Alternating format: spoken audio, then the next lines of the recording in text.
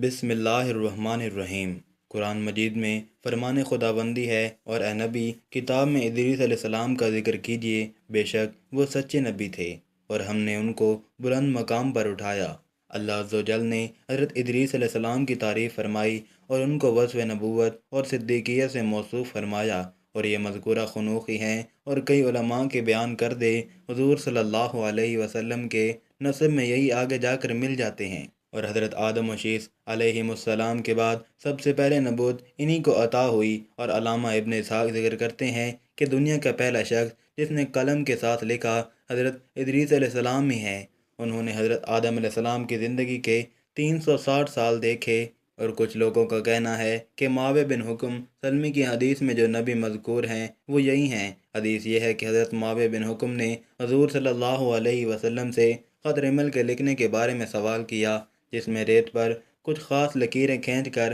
کچھ معلوم کیا جاتا ہے، تو حضور اکرم صلی اللہ علیہ وسلم نے فرمایا، بے شک ایک پیغمبر تھے جنہوں نے یہ لکھا، لہذا جس شخص کا خط ان کے موافق ہو جائے تو اچھا ہے۔ اور علماء تفسیر الاحکام میں اکثر کا کہنا ہے کہ پہلے شخص جنہوں نے دین کے بارے میں وعظ و خطاب کا سلسلہ ڈالا وہ یہی ہیں، اور ان کو ہرمس الحرامسہ کے نام سے پکارتے تھے۔ اسی وجہ سے ان کی طرف بہت سے جھوٹے من گھڑت قصوں کی نسبت کر دی گئی، جس طرح دوسرے انبیاء، اولیاء، حکماء کی طرف کی گئی۔ اور اللہ تعالیٰ کا فرمان، اور ہم نے ان کو اونچے رتبہ پر بلند کیا، اس سے کیا مراد ہے؟ صحیح بخاری و مسلم میں معراج کی حدیث میں ہے کہ رسول اکرم صلی اللہ علیہ وسلم کا معراج کی رات آسمانوں میں ان کے پاس سے گزر ہوا، اور یہ چوتھے آسمان میں تھے۔ حلال بن یسار کہتے ہیں کہ حضرت ابن عباس نے حضرت کعب سے پوچھا کہ اس مذکورہ آیت کا کیا مطلب ہے، تو حضرت کعب نے فرمایا، اللہ عز و جل نے حضرت ادریس علیہ السلام کی طرف وحی بھیجی کہ میں تمہیں ہر روز تمام بنی آدم کے اعمال کے برابر درجات دیتا ہوں۔ شاید مراد اس وقت اپنے زمانے کے تمام بنی آدم ہے، تو حضرت ادریس علیہ السلام نے چاہا کہ پھر تو اعمال میں اور اضافہ ہونا چاہیے۔ پھر جب ان کے پاس ان کے دوست فرشتے آئے تو انہوں نے ان سے کہا کہ اللہ نے میرے پاس ایسے ایسے وحی بھیجی ہے، لہٰذا میں چاہتا ہوں کہ ملک الموت سے بات کروں اور پوچھوں کہ کب تک میری زندگی اور باقی ہے، تاکہ مزید میرے اعمال نامے میں ہر روز کے اتنے اتنے درجے بڑھ جائیں۔ تو فرشتے نے ان کو پروں پر اٹھایا اور لے کر آسمان کی طرف بلند ہو گیا۔ تو جب یہ چوتھے آسمان میں پہنچے تو ان کی ملک الموت سے ملاقات ہو گئی جو اتر رہے تھے۔ حضرت ادریس علیہ السلام کے دوست فرشتے نے ملک الموت سے حضرت ادریس علیہ السلام کے بارے میں اس طرح کی گفتگو کی، تو ملک الموت نے پوچھا، ادریس علیہ السلام کہاں ہیں؟ تو فرشتے نے کہا، میری پشت پر۔ ملک الموت نے کہا، واہ، تعجب ہے، مجھے پروردگار کی طرف سے کہہ کر بھیجا گیا کہ ادریس کی روح چوتھے آسمان میں قبض کر لو۔ تو میں نے کہا، وہ تو زمین میں ہے، ان کی روح چوتھے آسمان میں کیسے قبض کروں؟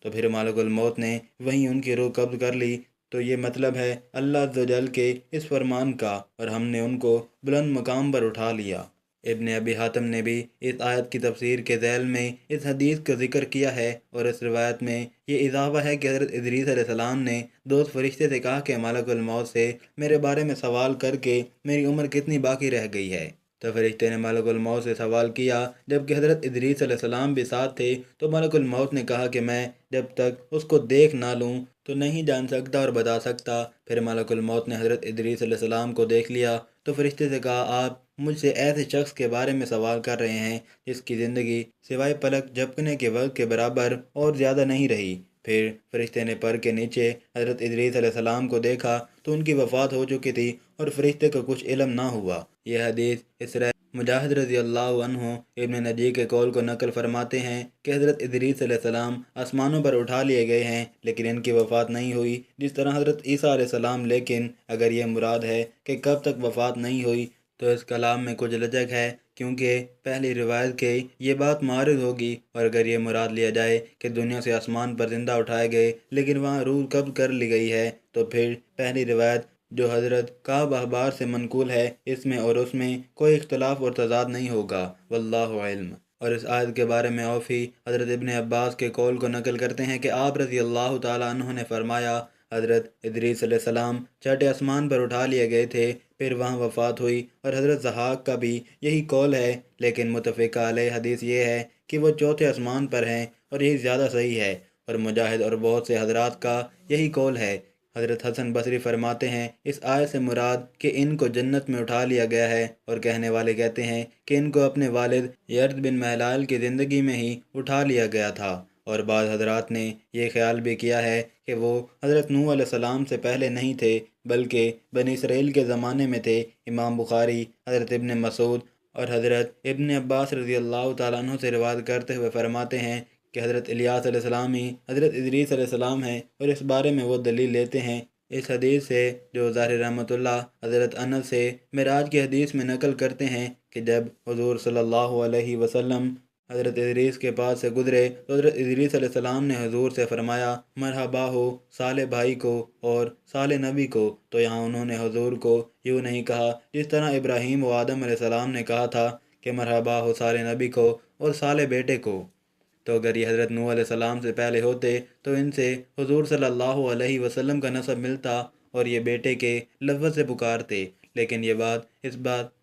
بات اس پر بالکل دلالت نہیں کرتی، کیونکہ کبھی راوی کا حافظہ جیز عمدہ نہیں ہوتا، یا اگر روایت صحیح ہو تو تب بھی حضرت ادریس علیہ السلام کے قول سے یہ مراد ہو سکتا ہے کہ انہوں نے تواضع اور عاجزی کی بنا پر بھائی سے پکارا ہو، اور حضور صلی اللہ علیہ وسلم کے سامنے اپنے آپ کو والدیت کے مقام میں کھڑا کرنا مناسب نہ جانا ہو۔ اور دوسرے دو پیغمبر آدم علیہ السلام اور ابراہیم علیہ السلام کی اور بات ہے، کیونکہ حضرت آدم علیہ السلام تو ہیں ہی تمام انسانوں کے والد ابو البشر، اور حضرت ابراہیم علیہ السلام رحمان کے دوست اور خلیل الرحمان، اور آپ علیہ السلام کے بعد سب سے اول العزم بڑے پیغمبر، لہٰذا ان پر ان کو قیاس کرنا صحیح نہیں۔